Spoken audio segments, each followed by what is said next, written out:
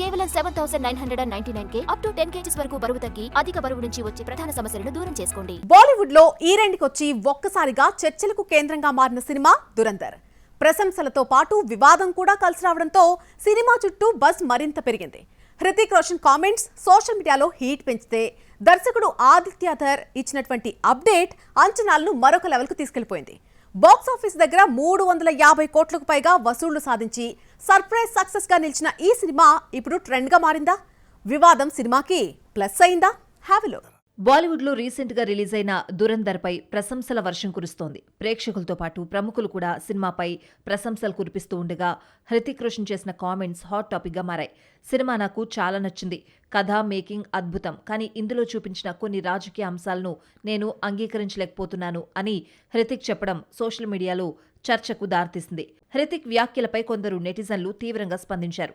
సినిమాలో కేవలం పాకిస్తాన్ ఉగ్రవాదుల క్రూరత్వం, వారి భయంకరమైన దాడుల్నే చూపించారని, అటువంటి అంశాలను ఎందుకు అంగీకరించలేకపోతున్నారని హృతిక్ను ప్రశ్నించారు.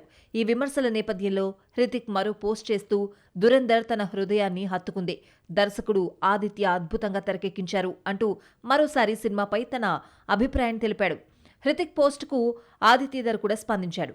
సినిమాపై మీరు చూపించిన ప్రేమకు ధన్యవాదాలు. ఇందులో పనిచేసిన ప్రతి ఒక్కరూ 100% శ్రమించారు. మీ ప్రశంసలకు వారు అర్హులే. ఇక దురంధర్ పార్ట్ 2 కూడా ఉంటుంది.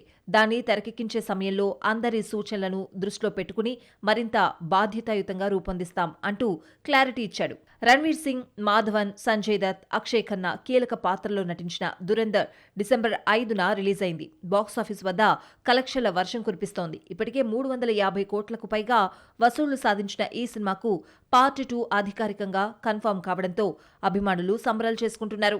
రీసెంట్ గా గ్రాండ్ గా నిర్వహించిన సక్సెస్ మీట్ తో దురంధర్ ఇప్పుడు కేవలం సినిమా కాదు, బాలీవుడ్ కి ఇయర్ ఎండ్ లో వచ్చిన సర్ప్రైజ్ సక్సెస్ గా నిలిచింది.